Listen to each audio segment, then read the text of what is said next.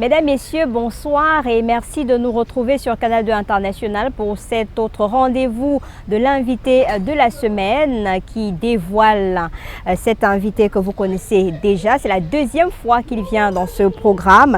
Joseph-Antoine Bell, ancien gardien de but à l'international. Depuis le 6 février 2023, il a été nommé par le chef de l'État comme président du comité d'orientation de l'Office national des infrastructures et équipements sportifs, en abrégé ONIES.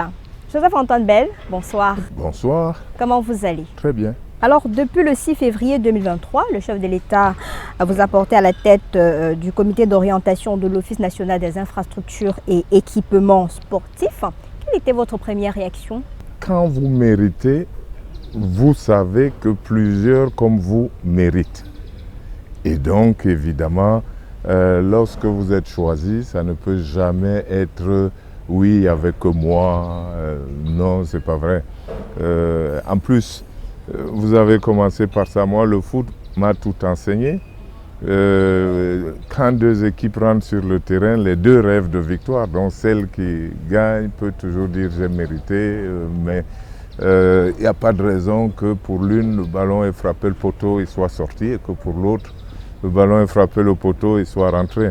Donc oui, surpris, mais surtout reconnaissant, parce que finalement, en faisant un compte à rebours, je me rends compte que c'est quelque chose à laquelle finalement lui-même le chef de l'État m'avait préparé, parce que le grand public ne le savait peut-être pas, mais j'ai fait partie du COMIPCAN, donc du comité de préparation des CAN, qui a duré 7 ans et qui s'occupait, entre autres choses, et beaucoup, des infrastructures. Mais là, on a dit, ouf, enfin, Joseph-Antoine Bell est nommé, il est reconnu à sa juste valeur, on a beaucoup attendu. Non, je crois que c'est une vision erronée. Quand les gens disent « ouf, enfin », ils ont raison. Mais celui qu'ils regardent, en tout cas la direction dans laquelle ils regardent n'est pas la bonne direction. Parce que cette nomination est celle du chef de l'État. Et donc moi, je ne lui dirai pas « ouf », parce que ce même chef de l'État, en 1990, vous voyez depuis combien de temps? En 1990, les gens du sport m'avaient radié à vie, avaient annoncé ça. Voilà. Pendant la Coupe du Monde, ils ont annoncé qu'ils m'avaient radié à vie. Pourtant, au retour de la Coupe du Monde, alors que eux, la fédération et le ministère m'avaient radié à vie, le chef de l'État m'avait reçu, avec les autres, à la présidence de la République. Mais sans que les journalistes ne se demandent ce que ça voulait dire. Mais ça voulait dire que voilà, que la radiation, lui, ne la percevait pas comme ça. Et lorsque les mêmes m'ont appelé au match suivant la Coupe du Monde des Lions indomptables, personne chez les journalistes, ni chez le public, moi, je n'ai jamais reçu de demande pour expliquer comment se fait-il qu'on appelle un joueur radié. Personne n'a demandé, mais premièrement, on l'a radié à la suite de quelle commission? Et ensuite, on le rappelle à la suite de quelle commission? Bon, allons plus loin. En 2004, le chef de l'État avait arrêté les élections à la FECAFOOT et mis en place une commission de relecture des textes de la FECAFOOT, avec évidemment les gens qu'il fallait, c'est-à-dire de grands juristes et des hommes politiques, mais il y avait un footballeur, et c'était moi. Et personne n'a dit ouf, voilà, et personne ne s'est posé la question. Lorsque, en 2014, je suis nommé par le chef de l'État au COMIPCAN, personne ne se dit, mais on l'a choisi. Lorsque le grand dialogue arrive, je ne suis ni évêque, ni même prêtre, ni président d'association, ni président de parti. Vous êtes une figure importante. Très bien, mais là aussi, le chef de l'État m'a fait l'honneur de m'inviter à participer à la réflexion. Et personne n'a dit on l'a choisi. Et donc, pour moi, par rapport à la nomination du chef de l'État, ce n'est pas ouf enfin, c'est qu'il m'a toujours choisi. Et donc, je suis plutôt reconnaissant de la persévérance avec laquelle il regarde dans ma direction. En revanche, ce que les gens doivent bien savoir et accuser cette fois-ci les vrais responsables, c'est que les gens du sport ne m'ont jamais même nommé ramasseur de balles. C'est eux ne m'ont jamais mis ramasseur de balles, ils ne m'ont jamais mis magasinier, ils ne m'ont jamais mis... Quand on demandait avec votre expérience, Voilà. vous deviez être dans la gestion. Voilà. Donc là, oui, il faut leur dire, c'est à eux. Donc le ouf n'est pas encore fini parce que les gens du sport, ça ne les a pas fait m'inviter plus. Et ça vous dérange, vous? Non, ça ne me dérange pas, ça me consterne parce que ça veut dire, et ça, il le prouve par ailleurs, ça veut dire qu'on serait capable de jouer avec le 3e ou le 4e remplaçant parce que le premier au poste n'a pas dit bonjour à votre épouse. Le 2e ne partage pas votre religion. Le 3e ne parle pas la même langue maternelle que vous. Le 4e a l'air un peu hautain. Et ça ne fait pas du bien Et donc forcément, vous jouez avec le 5e, c'est-à-dire que vous jouez avec forcément un incompétent. Comme le football ne vous regarde pas, ne vous honore pas, maintenant vous êtes aux infrastructures, ça veut dire que depuis que vous êtes là, qu'est-ce que vous avez fait? On vous a vu une conférence de presse pour vos 100 premiers jours. À l'heure actuelle, vous avez décidé corps et âme de vous donner uniquement à ces infrastructures. Personne ne fait uniquement ceci, mais je suis en charge de cela, donc je m'occupe de cela, mais ça ne m'empêche pas de regarder avec sympathie ceux qui vont à la religion, de regarder avec sympathie ceux qui jouent au basket. Ouais, des coups de gueule aussi. Des coups de gueule, non. Non, bon, c'est vrai qu'il peut arriver que trop soit trop, et donc on s'exprime, mais sinon, je n'ai pas de raison particulière de m'exprimer, simplement parce que, peut-être que vous oubliez avec le temps qui passe, il y a près de 40 ans que j'ai annoncé que nous n'étions pas dans la bonne direction.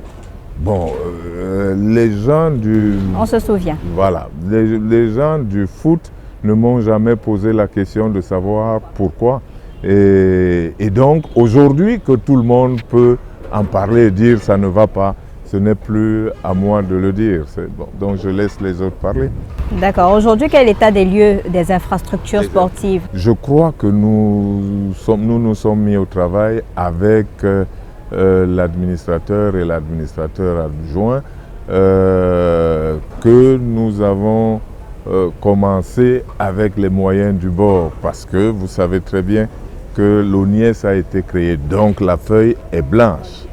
Il faut la remplir, mais avec les moyens du bord, on a commencé l'entretien, à assurer l'entretien courant des infrastructures, à essayer de voir celles qui seraient à rénover. Mais avant ça, on a forcément la mise en place des organes administratifs.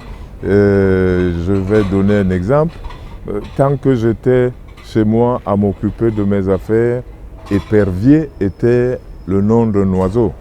Bon, aujourd'hui que je suis dans quelque chose de public, je dois anticiper et songer à épervier. Et donc, ça veut dire qu'on met des choses en place. Il faut, par exemple, un agent comptable, un contrôleur financier, la commission de marché, pour que les choses se passent comme les règlements le disent. Donc, j'essaye de faire comme je le fis avec le foot. Parce que quand j'étais jeune, j'ai constaté que beaucoup de footballeurs jouaient au foot sans jamais avoir tenu entre leurs mains le règlement du foot. Donc ils apprennent le règlement du foot en jouant sur le tas. Mais je pense que ce n'est pas la bonne méthode.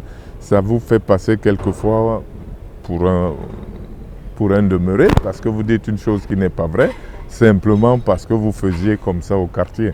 Donc il faut avoir lu, essayer de comprendre le règlement et pour pouvoir bien agir. On a eu la CAN, on a eu de très belles infrastructures sportives. Aujourd'hui, on peut avoir des chiffres parce que normalement vous êtes footballeur, donc vous avez forcément recensé toutes les infrastructures sportives sous votre tutelle. Et il y a quand même des interrogations. Comment est-ce que vous allez gérer toutes ces infrastructures avec la Fédération camerounaise de football? Je ne crois pas qu'il y ait un problème particulier, surtout quand on est capable de penser un peu. C'est logique qu'un changement produise des secousses. Donc, il faut anticiper et comprendre ceux qui sont surpris, de ne plus de devoir s'ajuster à une nouvelle donne.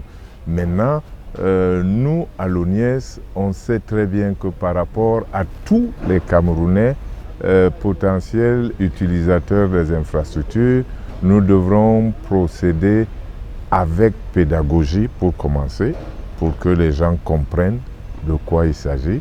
Et donc, il n'y a pas de raison que ça ne se passe pas bien. Ça se passera forcément comme sur une belle autoroute. On vous a donné la route, mais ça n'empêche pas qu'il y ait un péage. Et tout le monde s'aligne et paye et utilise l'autoroute. Vous avez dit dans une de vos sorties que les infrastructures, c'est pour tous les Camerounais.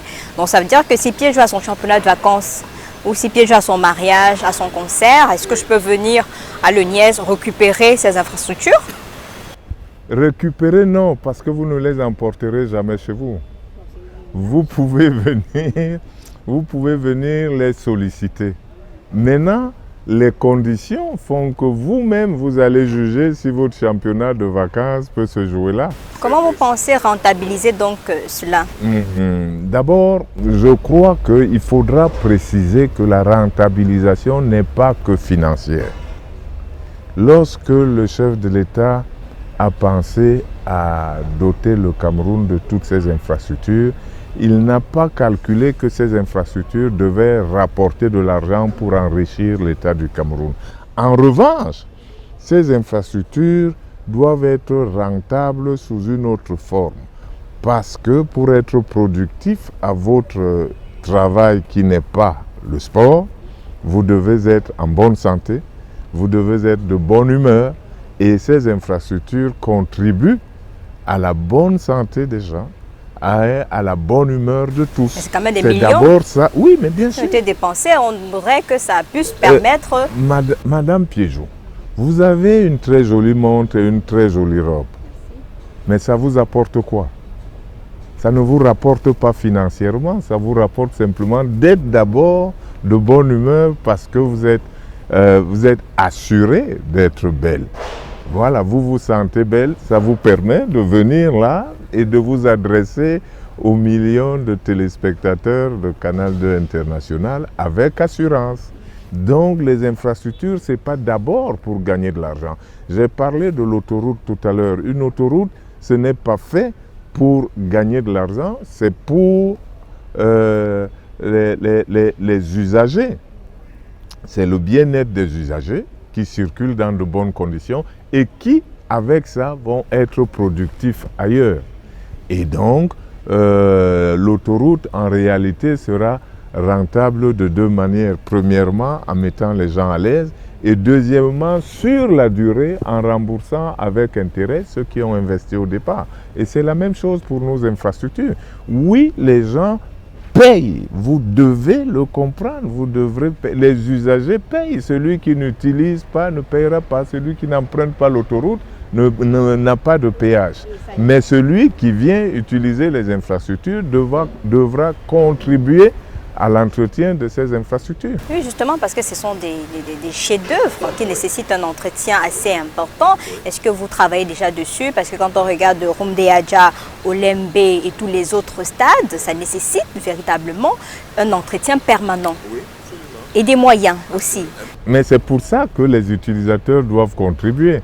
Celui qui a construit ces infrastructures, c'est-à-dire l'État du Cameroun, a la charge de les entretenir. Mais maintenant, comme il ne les a pas construits pour lui-même, il les a construits pour des utilisateurs. Les utilisateurs doivent contribuer aux charges. Il y a une question qui est arrivée lorsqu'on vous a nommé à l'ONIES. C'était qu'il y avait des stades homologués par la CAF, le stade de Bepanda, Japoma, Rumdeadja. homologués et autres. Et voilà. Donc du coup, on s'est demandé, ça veut dire que les autres, alors c'est comment? Est-ce que vous avez entrepris des démarches pour pouvoir gérer toutes ces infrastructures et les valider? Parce qu'on a lu quelque chose de ce genre venant d'une de vos interventions Oui, mais auprès de la CAF. oui, en fait,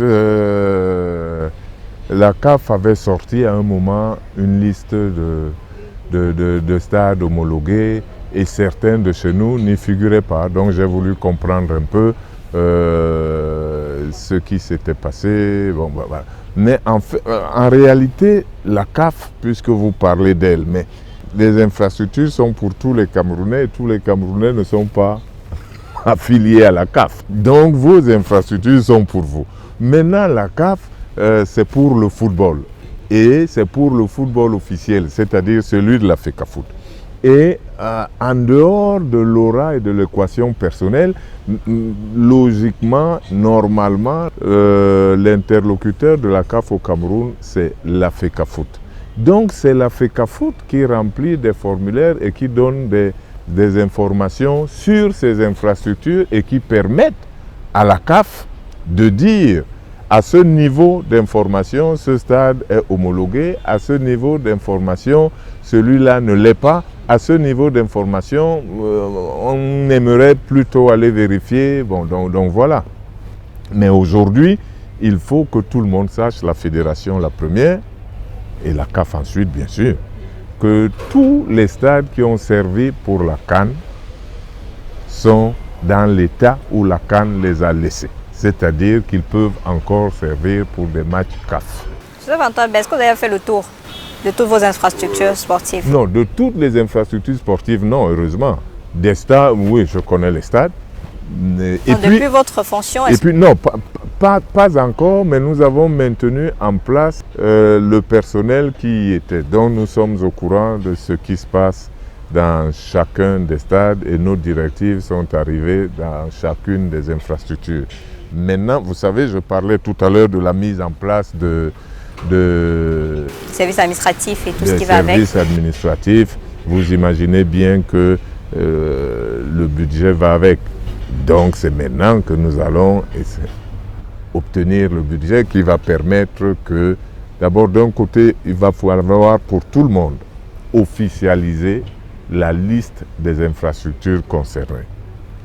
Ensuite, on va pouvoir auditer ces infrastructures et auditer de manière à savoir dans quel état exact elles sont et pour avoir aussi une perspective et savoir qu'est-ce qu'on fait. Parce que je voulais vous demander pour ce qui est de Olembe, qu'est-ce qu'il en est? La CAF en a parlé, nous-même ici au Cameroun on en parle. Donc on est aujourd'hui qu'on a la chance de vous avoir. Qu'en est-il exactement à Olembe? C'est un complexe finalement ou c'est juste une infrastructure sportive comme tous les autres? Olembe est en bon état, pour autant que vous parliez de la CAF. Et c'est là, encore une fois, la CAF y a joué son match d'ouverture et son match de clôture. Ça veut dire que par ces deux... Malgré les incidents qui sont arrivés. Oui, non, les incidents... La pelouse, on disait c'est pas terminé. Les incidents, il y en a partout. Ça arrive sur les stades, mais ça ne fait pas. Les incidents arrivent même pour tout un pays, mais le pays ne ferme pas. Donc, s'il y a eu un incident à Olembe, en plus, comme vous le dites, il y a eu un incident à Olembe, mais la finale s'est jouée là-bas après les incidents. Ça veut dire que l'incident est clos. Nous sommes d'accord.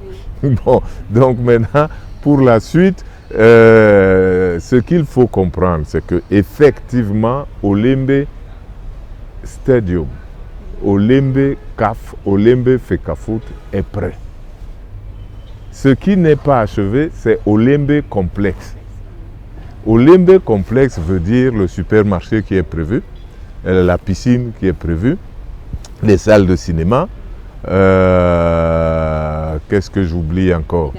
L'hôtel 5 étoiles, voilà, ces choses-là, mais elles ne sont pas indispensables au fonctionnement d'Olembe comme stade pour accueillir des événements. Donc, en revanche, oui, Olembe doit être achevé, oui, Olembe va être achevé. Le va, la conjugaison, là, c'est pour les Camerounais, ça ne passe pas. Hein. Après autant de milliards de francs. Il n'y a pas d'élément en travaux publics en plus de cette taille, qui puisse s'effectuer en un jour. Donc je ne vais pas vous dire ça va finir demain. Si vous avez un hôtel 5 étoiles à construire, ça ne peut pas être demain. Si vous avez une piscine olympique à construire, ça ne peut pas être dans une semaine. Si vous avez un supermarché à construire, donc va être achevé. Est-ce que vous savez, Joseph-Antoine Bell, que tout le monde vous attend à ce poste-là avec des résultats pour ce qui est vraiment de la gestion de nos infrastructures, parce qu'on a vu tellement de choses abandonnées et aujourd'hui on se retrouve dans des postures... Tout ce qu'on a vu abandonné ne concerne pas l'ONIES et je ne peux pas répondre.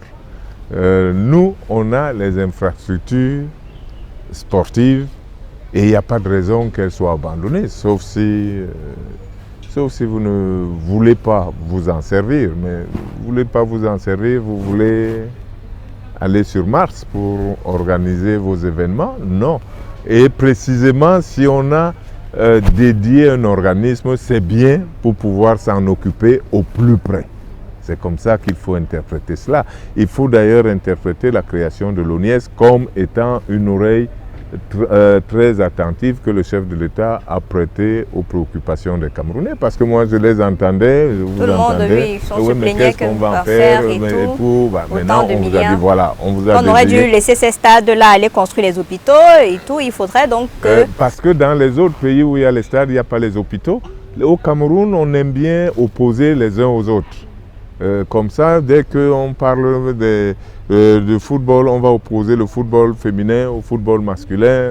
Dès qu'on parle de sport, les autres sports, on va les dresser contre le football. Non, partout ailleurs coexistent plusieurs sports à la fois.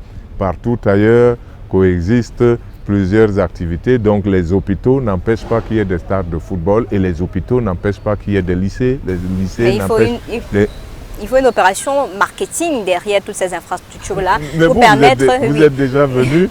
Pour permettre, même aux pays étrangers, de pouvoir venir ici, ils y viennent déjà. Organiser, mais pas à la densité souhaitée au non, regard. Attention, si vous dites ça, il faut être équitable, juste et honnête tout le temps. Si vous considérez que votre pays doit avoir des stades, doit avoir des hôpitaux, pensez donc que les autres pays, leurs citoyens veulent la même chose. Donc vous ne pourrez jamais avoir la densité dont vous parlez. C'est-à-dire, toute l'Afrique ne va pas venir jouer au Cameroun parce que vous avez construit des stades. Les autres pays aussi essayent de construire les leurs. Donc lorsque vous avez... Si on vous disait que le Cameroun est condamné à jouer ses matchs au Tchad, je ne suis pas sûr que ça vous ferait plaisir. Donc ne construisez pas vos stades parce que les autres pays viendront jouer chez vous. Eux aussi aspirent à construire les leurs. Donc ceux qui jouent déjà chez nous, c'est très bien. Mais la norme, ce n'est pas qu'on aille jouer ces matchs chez le voisin. Je m'en voudrais si je vous laisse partir sans poser cette question. Ça ne concerne pas les infrastructures, mais le Cameroun est qualifié pour la CAN en Côte d'Ivoire. Les filles restent finalement, elles ne partent pas. Vous qui êtes un sportif de haut vol, il fallait s'y attendre. Non, on ne s'attend jamais à la défaite quand on est un champion. On sait que la défaite existe, mais on travaille dur pour pouvoir repousser le jour où on va la connaître. Et donc, pour les filles, d'ailleurs, comme toujours, il y a l'analyse théorique quand on est à la maison, et maintenant, il y a sur le terrain, qu'est-ce qu'on a vu. Ce que j'ai vu, moi, des filles, c'est qu'elles, d'abord, il faut dire les choses, elles aussi semblent avoir régressé, il faut bien qu'on soit d'accord. Mais malgré cela, je les trouvais supérieures aux Kenyans. Et cette élimination est venue de la seule manière qu'elle pouvait arriver, parce que les Kenyans peuvent jouer contre l'équipe du Cameroun 100 fois. Et je suis sûr que 99 fois, elles ne marqueront même pas un but. Et que la seule fois, c'est comme ça s'est passé, ce qui est arrivé par une grossière faute individuelle qui coûte un but direct. Mais ça existe dans le sport et malheureusement c'est arrivé là. C'est une première de ne pas voir les... Oui, bien sûr que les Camerounaises n'y soient pas. Et c'est en cela que je pense que les différents responsables doivent prendre la mesure de ce qui se passe. On ne peut pas oublier, je ne peux pas me dérober parce que je suis en public, vous venez là, vous amenez cette question, je n'aime pas parler des problèmes du foot, je n'aime plus avoir à parler des problèmes du foot, mais là de manière grossière comme ça, je crois que les différents responsables doivent admettre ce qui est évident. Lorsque le Cameroun, fille, est éliminé par le Kenya, ça doit signifier quelque chose. C'est un signal plus que fort. C'est un coup de tonnerre.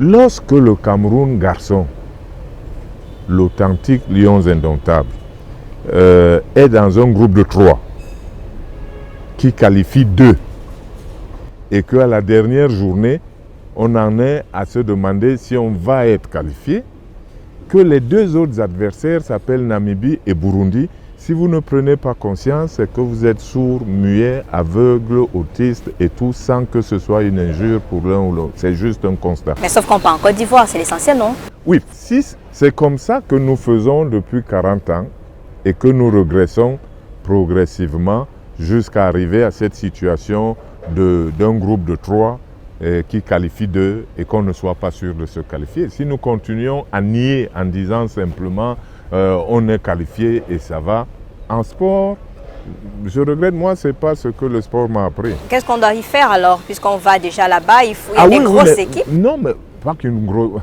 Attention. Non, on dit qu'il y a des grosses équipes là-bas qui nous attendent en Afrique. Oui, les autres sont des grosses équipes. Mais nous, ça veut dire qu'il faut effectivement travailler. Mais pour travailler, il faut d'abord accepter qu'il vous faut travailler.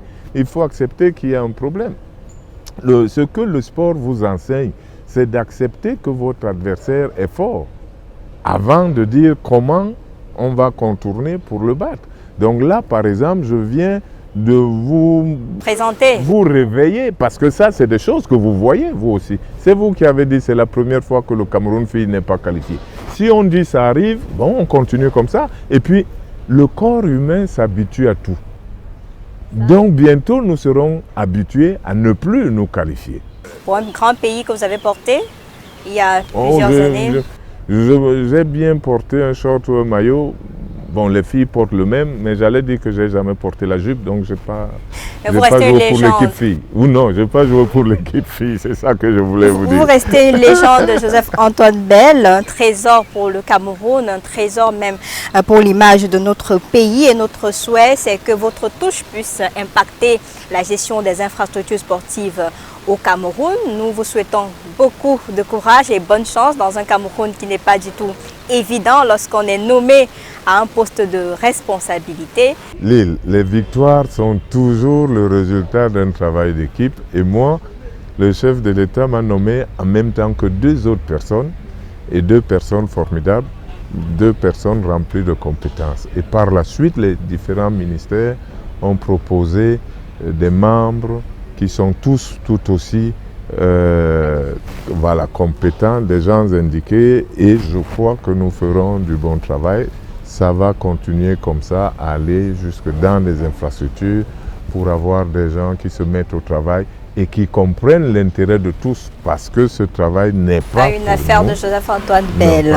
Donc si vous l'aimez ou ne l'aimez pas, il a besoin de votre énergie pour travailler. Joseph-Antoine Bell, merci d'avoir accepté notre invitation. Vous êtes le président du comité d'orientation de l'Office national des infrastructures et d'équipements sportifs, en abrégé ONIES, et merci toujours d'accepter notre invitation. Merci de votre disponibilité. Mesdames, Messieurs, ça a été un plaisir d'être des vôtres pour cet autre rendez-vous sur Canal 2 International. Je vous retrouve la semaine prochaine avec un autre invité. Bonsoir.